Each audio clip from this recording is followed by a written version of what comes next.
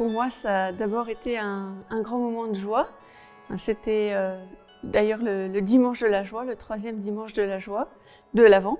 Et d'ailleurs, enfin voilà, c'était un moment de joie par la liturgie, mais aussi avec tous ceux qui étaient là pour célébrer ce moment important pour moi et pour la communauté. Et il y a eu, je crois, 2 moments plus qui m'ont marquée.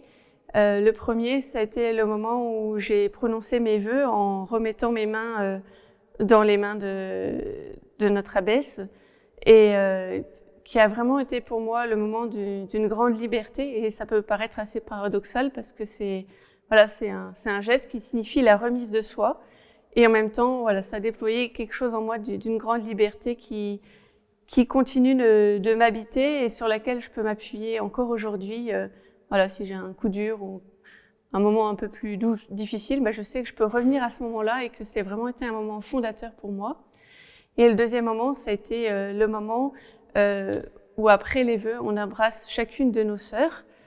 Et voilà, comme l'accueil,